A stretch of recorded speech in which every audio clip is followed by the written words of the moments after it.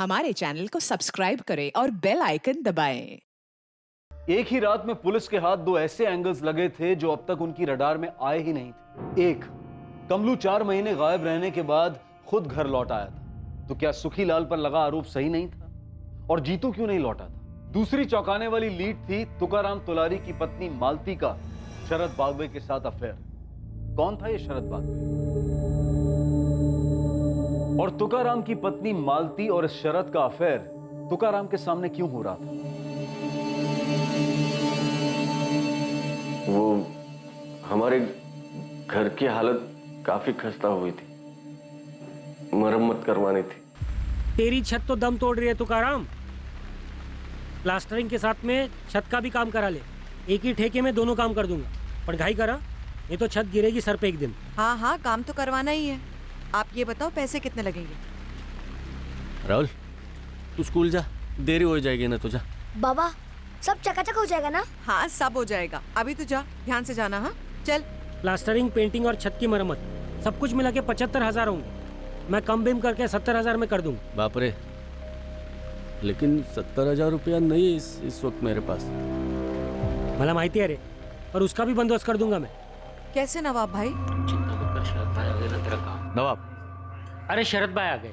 शरद भाई नमस्ते। शरद भाई, ये तुकाराम ये शरद भाई है, ये तुम्हारे लोन का बंदोबस्त करेंगे। तुकाराम ज्यादा घुमा फिरा कर बात नहीं करो।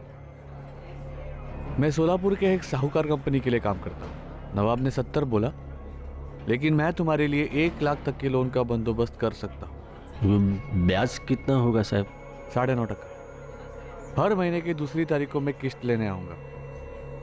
एक भी किस्त छूट नहीं सकती तुकाराम, एक भी नहीं। अगर मंजूर है तो पावसेर मंगाते हैं, वरना मैं चलता हूँ। पूरे सोलापुर में इससे अच्छी ऑफर नहीं मिलेगी।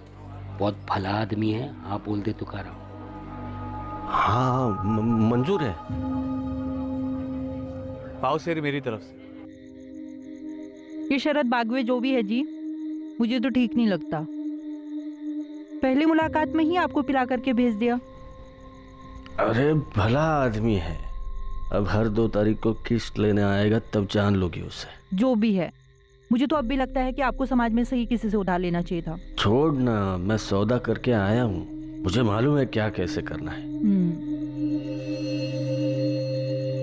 सुनना मालती, राहुल सो रहा है, जरा अंदर चले। बहुत दिन हो गया ना। मेरे सर में दर्द हो रहा है।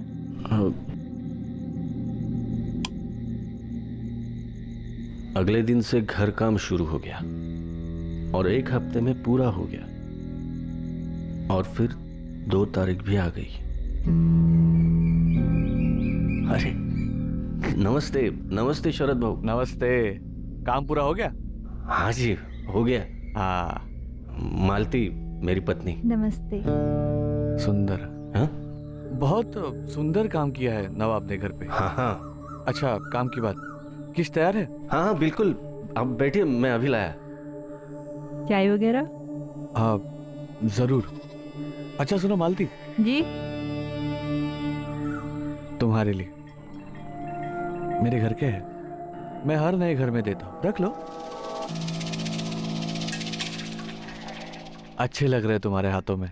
मेरी पीठ पीछे क्या और कब शुरू हुआ मुझे नहीं पता चला साहब। मेरा एक ही मकसद था, ज्यादा से ज्यादा मेहनत करूं, पैसे बचाऊं, ताकि मैं मेरे राहुल को कुछ अच्छा बना सकूं। अरे बाबा, देखिए ना, शरद काका मेरे लिए क्या लाए। बहुत ही बढ़िया किताब है। अरे वाह। और उनके मोबाइल में बहुत सारे गेम्स हैं। हाँ? और उन्होंने मुझे खेलने भी दिया। बढ़िया है, बढ़िया है। मालती, किस्त दे दी ना ठीक से? हाँ। ये शरद भाऊ हर बार ही फूल ले आते हैं। और हर बार ही मेरे लिए भी कुछ लाते हैं। हाँ? बाबा, एक पुराना फोन खरीद के दो ना बाबा, सिर्फ गेम्स के लिए। अभी नहीं बेटा, पहले ही शरद भाऊ की सारी किस्तें पूरी होने दे, उसके बाद ला दूंगा, ठीक है? पक्का? हाँ रे बाबा, पक्का। अब 1 गिलास पानी पिलाएगा बाबा को? हाँ। जा। 12 में से 6 किस्तें पूरी हुई थी, सब ठीक ठाक चल रहा था।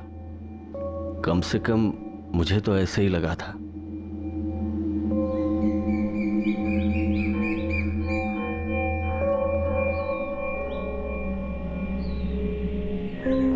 उस दिन 2 तारीख तो नहीं थी?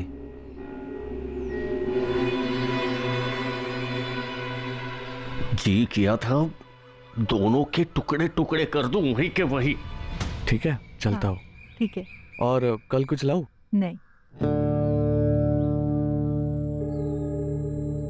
वो मैं यहाँ से गुजर रहा था तो सोचा हालचाल पूछता चलो। अरे तुम्हारे हाथ को क्या हो गया तुकाराम? खेत में कट गया क्या? मैं हल्दी लेके आती हूँ।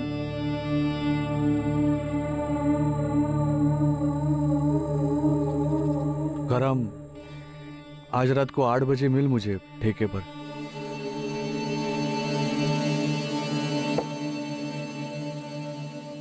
देख तुकाराम, मुझे पता है कि गलत है, लेकिन जरूरत भी एक चीज होती है ना, सिर्फ मेरी नहीं है, मालती की भी। शरद भाऊ, आपकी भी पत्नी है, बच्चे हैं। मेरी जगह आप होते तो क्या करते? सिर्फ पत्नी होती, बच्चा नहीं होता तो पता नहीं मैं क्या करता, लेकिन बच्चे के खातिर, परिवार के खातिर मैं सोचता चलो पत्नी को अपनी जरूरतें पूरी करनी है, मैं अपना देख लूंगा जो भी है वो, लेकिन घर तोड़ने का कोई मतलब नहीं बनता। और तूने अभी अभी अपने घर की मरम्मत की है तुका, तेरे जो 6 किस्त है उसकी फिक्र मत कर, वो मैं भर दूंगा। देख तुकाराम, मेरा इरादा तेरा घर तोड़ने का नहीं है, बस मुझे छुप छुप कर कुछ नहीं करना। बोल, मंजूर है?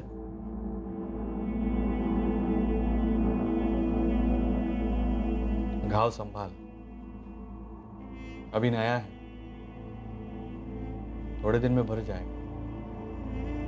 लालच था, मजबूरी थी, डर था, पता नहीं क्या था, शायद सब था, पर मैंने मेरी पत्नी और उसके प्रेमी का रिश्ता कबूल कर लिया।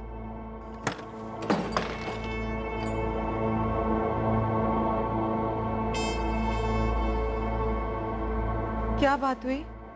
उस दिन से मेरा और मालती का एक नया रिश्ता शुरू हुआ, और वो रिश्ता था खामोशी। हम अब एक छत के नीचे 2 लोग थे जिन्हें एक बच्चे ने जोड़े रखा था, और कुछ नहीं। खाना नहीं खाएंगे? पट्टी बदल दो?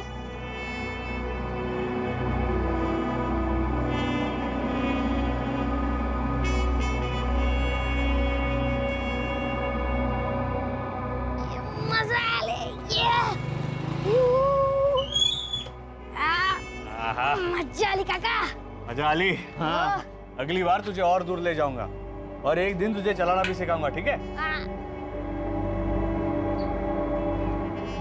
बाय काका। बाय।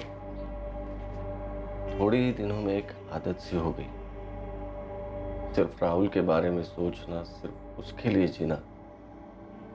बाकी सब कुछ मानो तो एक पूरा सपना था, और उस पूरे सपने की आदत हो गई मुझे। उसे मैं झेल लेता सिर्फ अपने राहुल के लिए, और अब राहुल को ही मार। साहिब, मुझे लगता है उस साले शरद ने मारा है हमारे राहुल को। नहीं। क्यों नहीं? तुम्हें कुछ और पता है या कुछ छुपा रहे हो हमसे? अब क्या छुपाऊंगा साहब, सब कुछ तो खत्म हुआ है। कुछ नहीं खत्म हुआ है। जब तक राहुल का कातिल नहीं मिलता हमारे लिए कुछ भी खत्म नहीं हुआ है। तुकाराम, तुमने बताया था कि शरद बागवे और राहुल की अच्छी जमती थी। हाँ। और हम जानते कि राहुल का कातिल उसके पहचान वाला था, तभी तो उसने राहुल को खेतों में बुलाया और राहुल वहां चला गया। अरे राहुल, बाबा ने नए गेम्स डाले कि नहीं फोन में? कहाँ शरद काका, अब तक नहीं डाले। हाँ। अच्छा सुन, नील चंगियों का खेत पता है तुम्हें? हाँ, क्यों काका?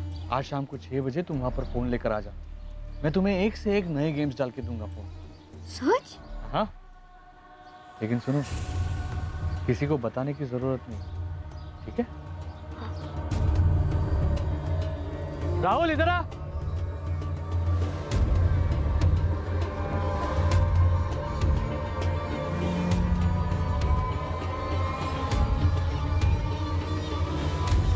ला फोन दे, मैं गेम्स डाल देता हूँ।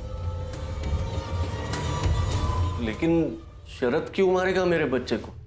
वही जो मैं शुरू से बोलता आ रहा हूं दादा, उसे वहीनी को तुमसे अलग करना था और राहुल की वजह से तुम दोनों जुड़े हुए थे। वजह जो भी होगी वो हम शरद बागवे से पता कर लेंगे। राधिका, शरद बागवे को उठाकर लेकर आओ। साहब, हम भी जाए क्या? अभी के लिए जा सकते हो, लेकिन याद रहे हमारी नजर रहेगी तुम दोनों पर। मुझे अभी भी लगता है कि तुम लोग पूरी बात नहीं बोल रहे हो, कुछ तो छुपा रहे हो।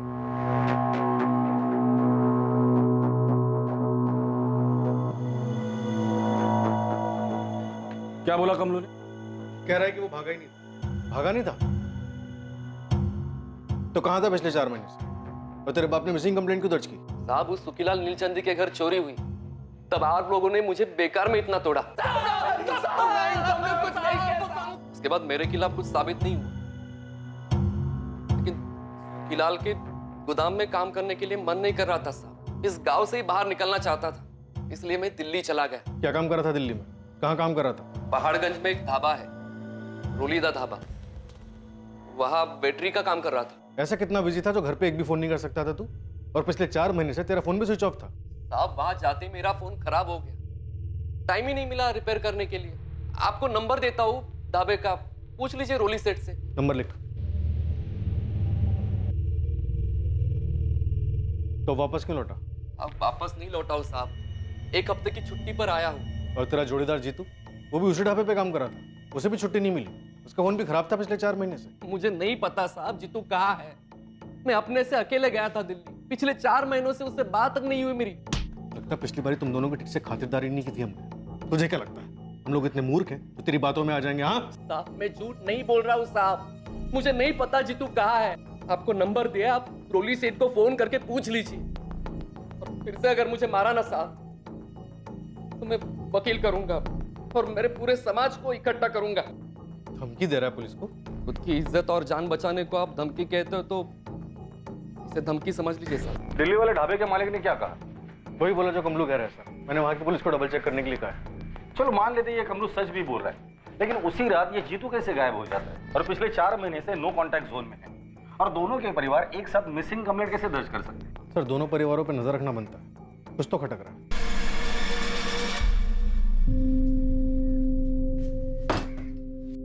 क्या हुआ पुलिस स्टेशन में? रात भर थे आप? कुछ नहीं हुआ, उन्हें तुम्हारे और शरद भाऊ के बारे में पता चला। क्या? हाय देवा, कैसे? भले जितना इत्र लगाओ, बदबू को कौन रोक सकता है?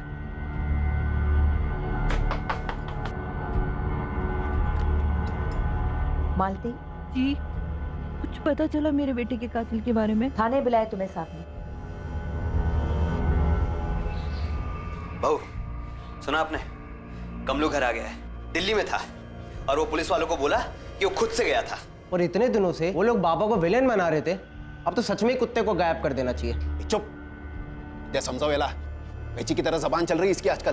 चल आज जा, मूर्ख गुटला। अरे महेश, ऐक ना। अरे बेटा सुन। रोजी तू, उसका क्या? वो भी लौटा है? कमलू, पुलिस ने जीतू के बारे में कुछ बताया? वो मुझे कुछ क्यों बताने लगे? सिर्फ जीतू के बारे में कुछ आड़े टेढ़े सवाल किए जा रहे थे। सर, आप हमसे ऐसे सवाल क्यों पूछ रहे हो जिनके जवाब आप पता कर चुके हो? क्योंकि हर मुंह से निकला हुआ जवाब एक नया सच होता है शरद बागवे। पिछले 1 साल से तुकाराम तोलारी की बीवी मालती के साथ तुम्हारा अफेयर चल रहा है। जी। क्या राहुल ने तुम दोनों का ऐसा कोई वीडियो बनाया था जो किसी को देखना नहीं चाहिए था? क्या बकवास कर रहे हैं सर? ऐसा कुछ नहीं हुआ था। शरद, क्या तुमने राहुल को मार डाला खेतों में बुलाकर? क्या अनाप शराब बक रहे हो सर आप? वो बच्चा मुझसे प्यार करता था।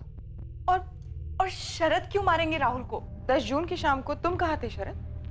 सर, मैं मालती के साथ था, उसी के घर। शरद जी, आप जरा बाहर देख के आएंगे क्या कि राहुल आ गया कि नहीं? 1 घंटे पहले आ जाना चाहिए था। मालती, अगर मैं अभी बाहर जाऊंगा तो लोग देख लेंगे। हाँ, ठीक बात है। मैं चली जाती हूँ, देख के आती हूँ। आप अंधेरा हो जाए तो निकल जाइएगा। हाँ,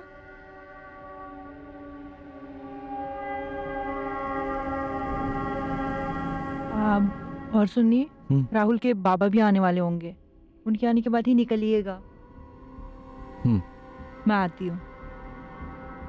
मैडम, मैं वहाँ आधा घंटा बैठा रहा, फिर तुकाराम वहाँ आया। नमस्ते शरद बाबू, ये राहुल और मालती कहाँ है? वो राहुल शाम से घर नहीं लौटा है, तो मालती उसे ढूंढने गई। क्या? मैं भी जाकर देखता हूँ। रुक तुकाराम, अंधेरा हो गया, मैं भी निकलता। बस यही हुआ था मैडम, यही सच है।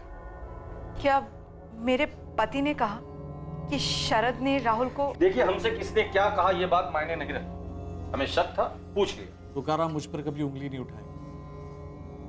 मैं जानता हूँ आपके कान उसके भाई प्रवीण ने भरे होंगे, वो मुझे पहले से पसंद नहीं करता था।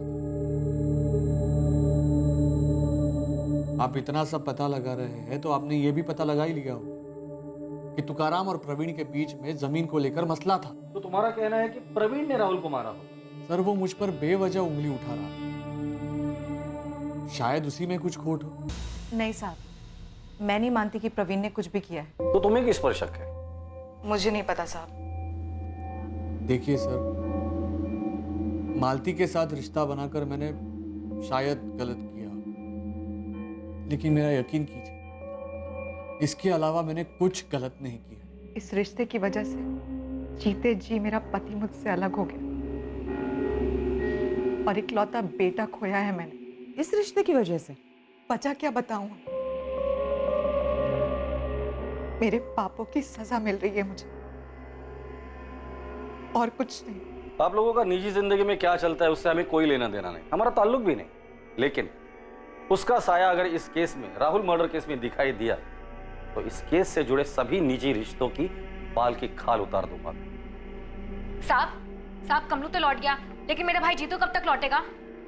जब लौटेगा तो पूछ लेंगे उससे। आप हल्के में ले रहे हो साहब, मैं दावे के साथ कह सकती हूँ उस सुखीलाल ने कुछ कर दिया मेरे जीतू के साथ।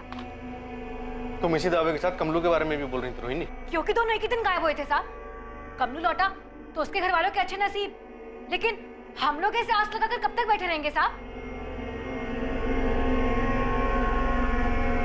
मालती, अब हम नहीं मिलेंगे। तुकाराम सही कह रहे थे, बदबू कभी छुपाई नहीं जा सकती। शरद बागवे और मालती तोलारी। सर, लेकिन मालती तो माँ है। पता है मुझे, राधिका कम होता है ये सब, लेकिन ये तब होता है जब अवैध रिश्ते का जुनून माँ के रिश्ते को भी निगल जाता है। रेयर केसेस है, लेकिन हमने देखे हैं। जी सर। लेकिन शरद बागवे तो प्रवीण तोलारी की तरफ इशारा कर रहा है। राधिका, इन सबके कॉल रिकॉर्ड निकालो और अच्छे से स्कैन करो, इन सबके पीछे खबरी लगा दो, कोई भी आउट ऑफ रडार नहीं होना चाहिए। 2 और महीने बीत गए, लेकिन राहुल के कत्ल की इन्वेस्टिगेशन में कोई खास बढ़ोतरी नहीं हुई। सभी मुमकिन संदिग्धों के कॉल रिकॉर्ड स्कैन हुए, फोन लोकेशन स्कैन हुए, पर कहीं से कोई सुराग सामने नहीं आया। तुकाराम और मालती के पड़ोसी चौंक गए थे ये जानकर कि मालती का 1 साल से शरद बागवे के साथ अफेयर चल रहा था। मेरी बात सुनो सुप्रिया, सुप्रिया सुनो तो सही। शरद बागवे की अपनी पत्नी भी इस अफेयर के बारे में जानकर बुरी तरह से हिल गई। खबरियों की तरफ से भी किसी भी संदिग्ध के बारे में कोई खास जानकारी नहीं आ पाई। रोहिणी अपने लापता भाई जीतू के बारे में जानने के लिए लगातार पुलिस स्टेशन के चक्कर काटते जा रही थी और सुखीलाल नीलचंदी पर आरोप लगाए जा रही थी। दूसरी ओर कमलेश अपनी छुट्टी पूरी कर वापस दिल्ली लौट गया अपने काम पर। उसे रोक कर रखने के लिए पुलिस के पास कोई सबूत नहीं था। और वहीं बच्चे को खोने के बाद तुकाराम सभी रिश्तों से परे जाने लगा था, पर अंदर ही अंदर वो घुट रहा था, कुछ छुपा रहा था। राहुल का कत्ल एक शातिर साजिश का परिणाम था और इस साजिश के पत्ते बहुत जल्द खुलने जा रहे थे।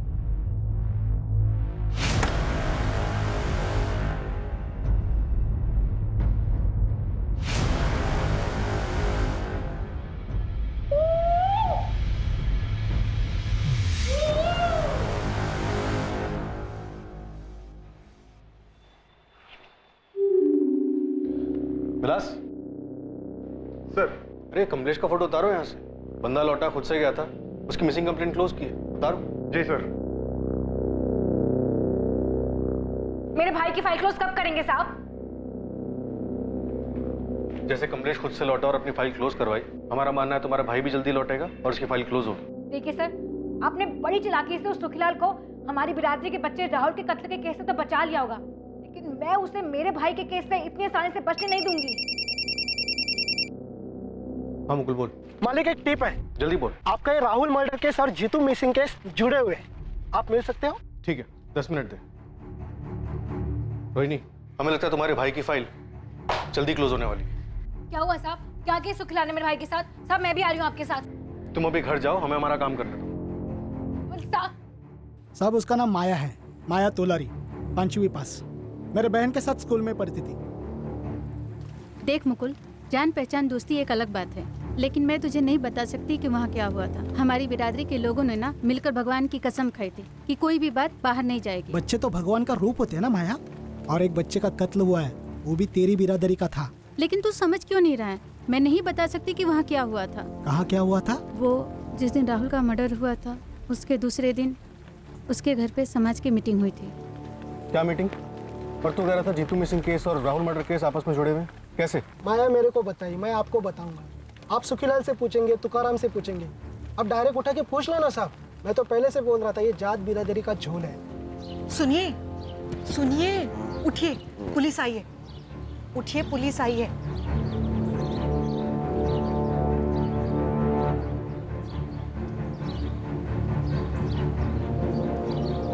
पता चला किसने मारा मेरे बेटे को? वो तो तुम हमें बताओगे तुकाराम।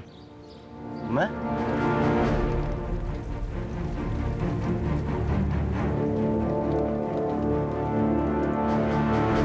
तुकाराम, 11 जून को दोपहर को तुम्हारे घर पर मीटिंग हुई थी तुम्हारे तोलारी समाज की। जी। उसके एक दिन पहले तक मेरा राहुल जिंदा था और आज हम उसी के कातिल को ढूंढ रहे हैं। उस मीटिंग में क्या हुआ था वो बताओ ना। मैं तो कुछ सुन भी नहीं रहा था और राहुल के अलावा मुझे कुछ दिख भी नहीं रहा था। तुकाराम, मालती, तुम्हारे राहुल को खोने का दर्द हमारे पूरे तोलारी समाज को है। तुम्हारा छोटा भाई प्रवीण तो तुम्हारे साथ है ही, हम सब भी हैं। तुम्हें इंसाफ मिलने तक हम चुप नहीं बैठेंगे। ओम प्रकाश भाऊ, आप हमारे समाज के मुखिया हैं। आप ही पुलिस को सीधा सीधा जाके बता क्यों नहीं देते कि कौन है इस सबके पीछे? हम सब जानते हैं कि सुखीलाल नीलचंदी का किया करा है। रोहिणी, तुम्हें बीच में बोलने को कहा है किसी ने? समाज में नीलचंदे को हमसे कितना प्यार है हम सबको पता है, पर कोई मुंह खोलने को तैयार ही नहीं है। पर किसी को तो बोलना पड़ेगा ना। मेरे भाई जीतू को खा गए वो लोग। उधर देखिए, सुरेश भाव के कमलू को भी खा गए। जिसका कोई जाता है वही जानता है। एक मिनट, बघा ओम प्रकाश भाऊ, क्या हमें पक्का मालूम है कि सुखीलाल सेठ ने मेरे बच्चे को मरवाया? कोई और भी तो हो सकता है नहीं? कोई और मतलब? साफ साफ कहो तुकाराम, डरो मत। हम काहे का डर भाऊ? मैं ये कह रहा हूं कि कातिल कोई और भी हो सकता है, हमारे बीच में से हो सकता है।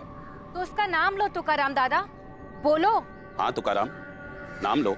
अगर बिरादरी में किसी पर शक है तो नाम लो उसका। हम सब भगवान की कसम खाते हैं, जो बात यहाँ हुई है वो बाहर नहीं जाएगी। कसम खाओ। कसम है, कसम है। लेकिन अगर किसी का नाम नहीं लेने वाले तो अपनी बिरादरी का नाम तो ना ही लो। बेकार में वो नीलचंदी और पुलिस वालों को मौका मत दो हमारे लोगों को परेशान करने का। मुआवजा कितना मिला? क्या? सुखीलाल के आदमी पकिया ने तुम्हें पैसे दिए थे। ये सुखीलाल का आदमी पकिया, वो कल आया था यहाँ, इस तुकाराम को कुछ पैसे दे रहा था। लेकिन मैंने आपको बताया था कि वो पैसे किस लिए थे। कल सुखीलाल सेठ ने पकिया के हाथों मेरी तनख्वाह और 1 महीने का एडवांस भिजवाया। हाँ बताया था, लेकिन हम कैसे यकीन माने कि जो तुम बोल रहे हो वो सच है? हो सकता है कि मुंह बंद रखने के लिए वो पैसे दिए गए हो तुम्हें। साहब, मैं अपने बेटे राहुल के कत्ल के बारे में चुप बैठूंगा? लेकिन हमारे सामने तो तुम चुप बैठे हो। हमारी नाक के नीचे एक आदमी का तुम्हारी बीवी के साथ 1 साल से अफेयर चल रहा था। ये बात तुमने हमें बतानी जरूरी नहीं समझी। तुम्हारे बेटे के कत्ल के अगले दिन तुम्हारे समाज की बैठक हुई, खुद सुखीलाल का नाम उठा, खुद तुम्हारे समाज ने मुआवजे और तहकीकात की मांग की, और तुमने एक शब्द भी नहीं बोला। क्यों? साहब, मेरा दिमाग सुन था और इन दोनों बातों का मेरे बेटे के कत्ल से कोई ताल्लुक नहीं है। ताल्लुक है, वो ताल्लुक तुम हो। क्या कह रहे हो आप साहब? तुम अपनी बीवी मालती से नफरत करने लगे थे, इतनी नफरत कि उससे ताल्लुक रखने वाली हर चीज से तुम्हें नफरत हो गई। और राहुल, वो तो उसी की कोख से पैदा हुआ था। नहीं नहीं साहब, ये आप बोल भी कैसे सकते हो? ये हम नहीं बोल रहे, तुम्हारी खामोशी बोल रही है। और तुकाराम, खामोशी का मतलब हम लोग झूठ समझते हैं। कातिल राहुल की जान पहचान वाला था। उसने राहुल को खेत में बुलाया और वो गया। और राहुल को खेत में बुलाने वाला और कोई नहीं बल्कि तुम थे। बाबा, आपने मुझे यहाँ क्यों बुलाया? आप मुझे तोहफा देने वाले थे ना? आपने मेरे लिए नया गेम लाया, लेकिन वो मेरे मोबाइल में कैसे डालेंगे? आंखें बंद कर। मेरे राहुल को मैंने मारा। मैंने मारा राहुल को साहब। आप कैसे बोल सकते हो साहब? साहब मैं कैसे मारूंगा मेरे राहुल को साहब?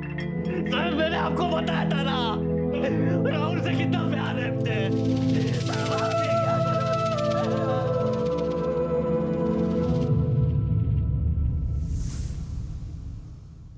तुमने राहुल को नहीं मारा तो फिर किसने मारा तुकाराम? मुझे नहीं पता। चुप रहने के लिए सुखीलाल ने धमकी दी थी या समाज ने फरमान दिया था? तेल लेने गया समाज का फरमान। वो हर दूसरे दिन हर दूसरी बात पर जारी होते रहते हैं। ये मत करो, वो मत करो, इसे ना मिलो, उसे मिलो। फरमान तो मुझे जीतू कमलू के वक्त भी मिला था। जीतू कमलू के वक्त? आप लोगों ने उन दोनों को उठाया था जब सुखीलाल सेठ ने उन पर चोरी का इल्जाम लगाया था। तब हमारे मुखिया ओम प्रकाश भाऊ के घर बैठक बुलाई गई थी। वैसे मैं कभी जाता नहीं हूं बैठकों में, पर उस दिन खास मुझे बुलाया गया था। यहाँ मौजूद कुछ लोग नील चंदियों को अपना आका मानते हैं। उनके जुल्मों के बावजूद उनकी चाकरी करते हैं। मैं तो कहूंगा उनके टुकड़ों पर पलते हैं। उन्हें यह चेतावनी है कि खबरदार अगर सुखीलाल के यहाँ उन्होंने मजदूरी की, उसने बेबुनियाद हमारे जीतू और कमलू पर उंगली उठाई है। चोर कहा है उन्हें? क्या हम तोलारी चोर हैं? इज्जतदार और मेहनती लोग चोर हैं? सिर्फ पीटा मेरे भाई जीतू को और कमलू को पुलिस ने। जानवरों से भी बदतर पिटाई की है। न्याय होगा उनके साथ, लेकिन तब तक यहां बैठे हर तोलारी को यह कसम खानी होगी कि सुखीलाल तो क्या, किसी भी नील चंदी के यहां पर कोई काम नहीं करेगा। कसम है। कसम है। मुझे कुछ कहना है भाऊ। हाँ तुकाराम, मैं तो इंतजार कर रहा था कब बोलोगे, इसीलिए खास तुम्हें इस बैठक के लिए बुलाया है। ओम प्रकाश भाऊ, सभी लोग जानते हैं कि इतने सालों से मैं सुखीलाल सेठ के खेतों में काम कर रहा हूं, उनका खेत संभाल रहा हूं। मेरा उनसे कोई बैर नहीं है। मुझसे हमेशा वो अच्छे से ही पेश आए हैं। तुम कहना क्या चाहते हो? कि इस चोरी के आरोप को सिर्फ एक चोरी का आरोप ही समझा जाए, इसे जात बिरादरी का मामला ना बनाया जाए। तो कराम दादा, तो आप ये कह रहे हैं कि मेरे भाई जीतू और इनके बेटे कमलू ने वाकई में चोरी की है? मतलब कि आपने भी उन सुखीलाल नीलचंदी के साथ हाथ मिला लिया ना अपनी बिरादरी के लड़कों के खिलाफ? नहीं, मैं कतई ऐसा नहीं बोल रहा हूँ। मैं सिर्फ इतना ही बोल रहा हूँ कि पुलिस वालों को उनका काम करने दो। अगर आपके भाई प्रवीण का पुलिस भट्टा बनाती या फिर आपकी पत्नी मालती लड़के राहुल के साथ नीलचंदी कुछ कर देते तो फिर कैसा लगता आपको? मुझे ऐसी बहस में पड़ना ही नहीं है रोहिणी और ओम प्रकाश भाऊ। यह आपका फरमान कि मैं सुखीलाल सेठ के खेतों में काम ना करूं, मैं इसे नहीं मानता। और मेरे जैसे जो मेहनत की रोटी कमा रहे हैं, दुश्मनी को मिटाने की कोशिश कर रहे हैं, वो भी इस फरमान को नामंजूर करें। अरे क्या नामंजूर करे? ओम प्रकाश जी नाइंसाफी है। ओम प्रकाश जी नाइंसाफी है। शांत। तुमने जो कहना था कह लिया तुकाराम।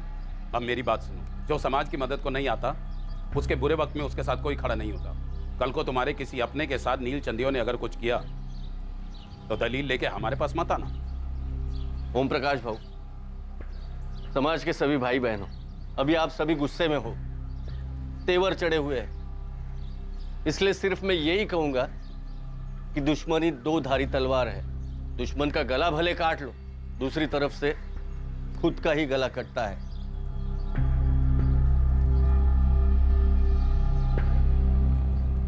फालतू का फरमान था साहब, कुछ लोगों ने नहीं सुना। कुछ लोग छुप छुप के काम करते रहे और खुद जीतू और कमलू छूटने के बाद वही सुखीलाल सेठ के यहाँ काम करते रहे और 6 महीने बाद गायब हो गए। मुझे नहीं पता वो गायब हो गए या खुद से ही गए या क्या हुआ। तुम्हें किसी पर शक है? किसने मारा होगा राहुल को और क्यों? आप लोगों ने पहले कहा कि मेरे बच्चे के मोबाइल फोन का मसला था, फिर बोले सुखीलाल सेठ, फिर बोले मेरा भाई प्रवीण और फिर शरद भाऊ, और अब आप कह रहे हो कि मैंने खुद अपने बेटे को मार डाला। मैं थक गया हूं साहब, थक गया हूं मैं। मुझे मेरे राहुल के पास जाना है साहब।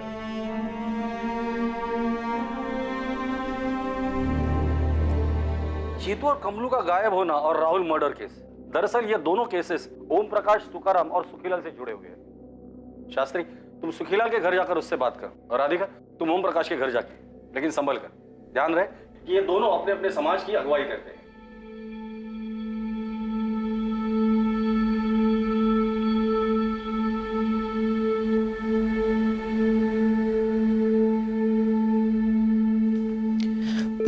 बैठो मालती।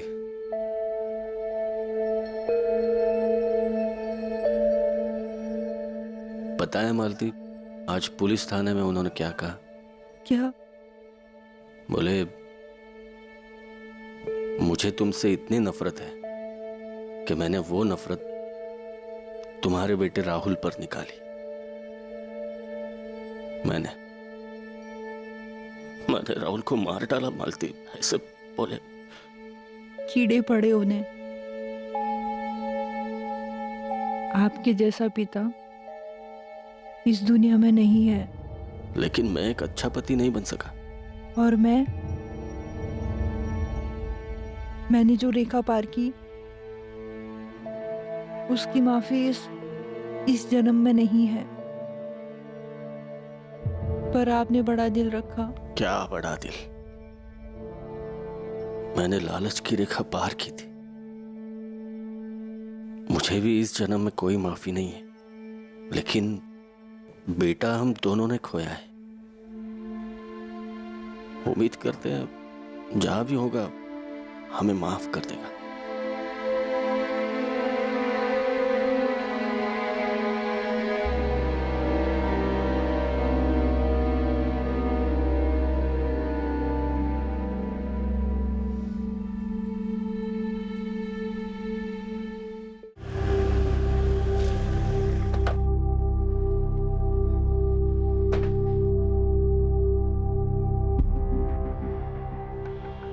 नमस्कार शास्त्री जी, बोलिए क्या सेवा कर सकते हैं? सीधा सवाल है सुखीलाल जी, राहुल तुलारी को किसने मारा? सुखीलाल नीलचंदी के खिलाफ सबूत इकट्ठा करना आपका काम है मैडम। लेकिन एक बात जरूर कहूंगा दावे के साथ, मेरी बिरादरी से ऐसा कोई नहीं है। अरे कोई अपनी बिरादरी के बच्चे को कैसे मारेगा? बच्चा तो मारा गया है ओम प्रकाश जी, और सुखीलाल के खिलाफ हमें कोई सबूत भी नहीं मिला। जीतू और कमलू के केस में भी नहीं, और कमलू तो लौट आया है। वही तो बात है, दोनों केसेस में जानबूझकर मेरा ही नाम लिया गया है। कोई बच्चा भी बोलेगा ये उन्हीं के बिरादरी में से किसी की चाल है। पर राहुल को सच में मारा गया सुखीलाल जी? खास मुझे बदनाम करने के लिए उस बच्चे को बलि का बकरा बना दिया गया होगा। नामुमकिन। लेकिन अगर ऐसा है तो मैं आपको जबान देता हूं, हमारे समाज से आपको पूरी मदद मिलेगी उस गद्दार को ढूंढने में। लेकिन वो मिलेगा नहीं, क्योंकि ऐसा कोई है ही नहीं।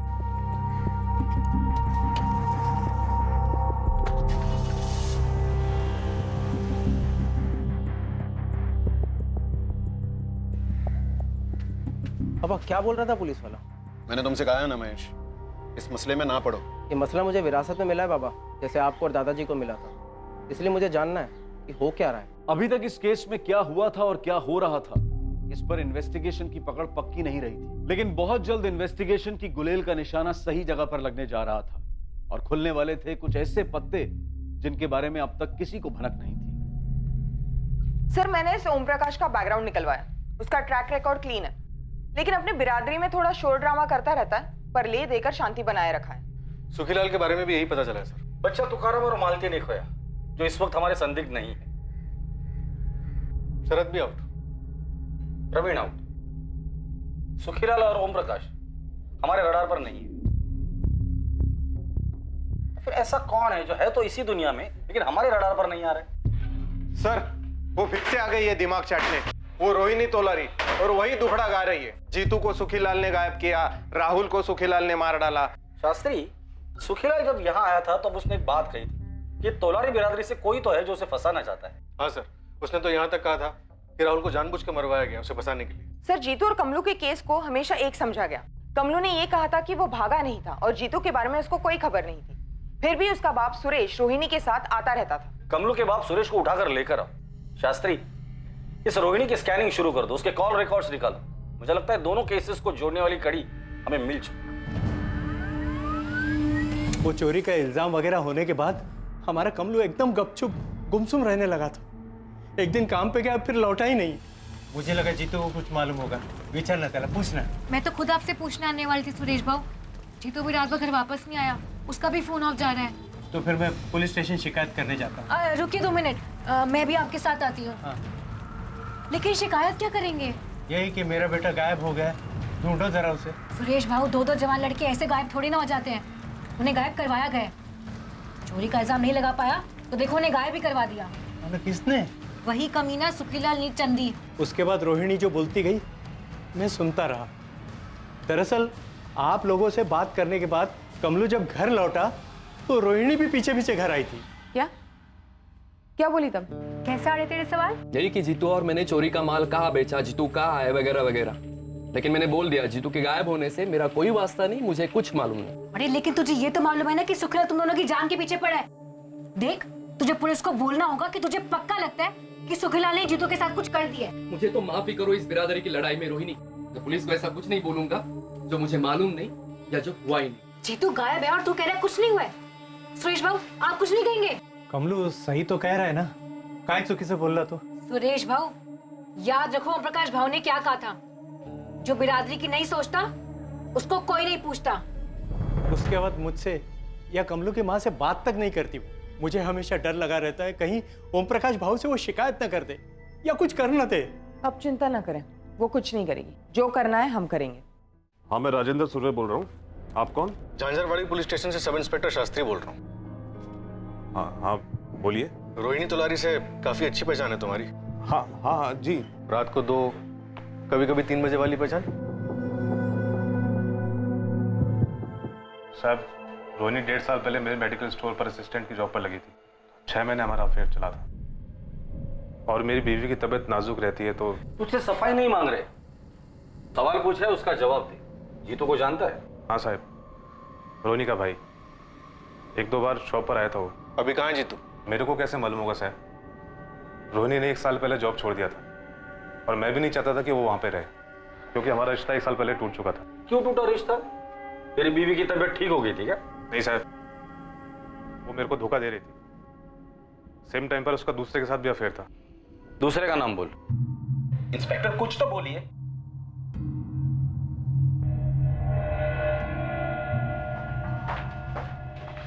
नहीं है सर। आप बताएंगे आप मेरे बेटे को ढूंढ क्यों रहे हैं? आपका बेटा 18 साल का हो गया? नहीं, अभी 2 महीने बाकी हैं। बच्चा है वो।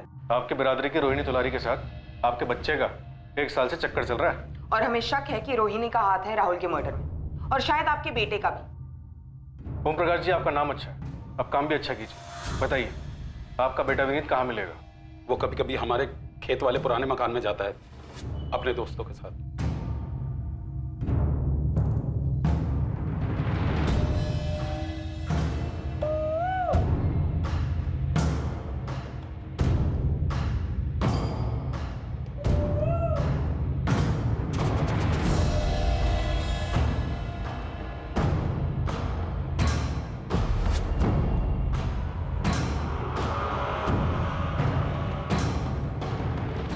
याला म्हणतात मजा।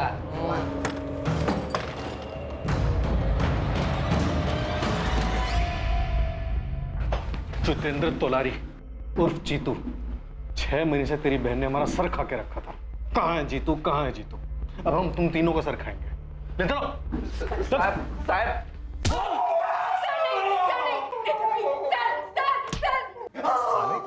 जो हुआ है वो सब सच बता रहा। कुछ भी छुपाया ना तो मुंह में एक भी दांत नहीं रखूंगा, तेरी सारी हड्डियां तोड़ दूंगा। बोल। तू भी समझी? पता दे साहब। अबे कब तक वही थके हुए गेम खेलता रहेगा? अब क्या करो विनीत दादा, जो है वही खेल रहा हूँ। सुन, आज शाम को 6 बजे नीलचंदी के खेत के अंदर मिल। एक आदमी है जो तुझे नए नए गेम डाल कर देगा, वो भी फोकट में। फोकट में? हाँ, लेकिन तू किसी को बोलना मत कि वो और मैं तुझे मिल रहे करके। अगर तू किसी को भी बोलेगा तो पूरा सारस गांव पीछे पड़ जाएगा कि हमें भी दो, हमें भी दो। खा देवाची शपथ की किसी को नहीं बोलेगा। ठीक है, फिर शाम को 6 बजे। ये जीतू का गेम डाल के देने वाले? विनीत, रोहिणी और जीतू ने अपना जुर्म कबूल किया। अब तेरी बारी। क्या किया इसने मैडम? और ये जीतू और रोहिणी ने क्या कबूल किया है? विनीत, बताओगे नहीं अपने पापा को? अरे क्या किया है तूने? क्या किया है? सुखीलाल को फंसाने के लिए तुमने राहुल को मरवाया? सुखीलाल ने मेरे भाई को चोर कहा, उसे खूब पिटवाया, और फिर जब कमलू गायब हुआ तो मुझे लगा ये मौका अच्छा है। जीतू, जीतू उठ ना, जीतू जल्दी उठ। कमलू कल रात से गायब हो गया, कहीं भाग गया होगा। तू भी कुछ दिन के लिए गायब हो जा। मैं सुखीलाल चंदी के खिलाफ शिकायत दर्ज करने वाली हूँ। सबको लगेगा उसने तुम दोनों को गायब करवा दिया है, फिर देखना उसकी खैर नहीं। समझ गया ना? चल जल्दी कर, अब क्या सोच रहा है, जल्दी कर। लेकिन जब तुकाराम ने साथ देने से मना किया तब मेरी सुलग गई। मुझे उसे सबक सिखाना था।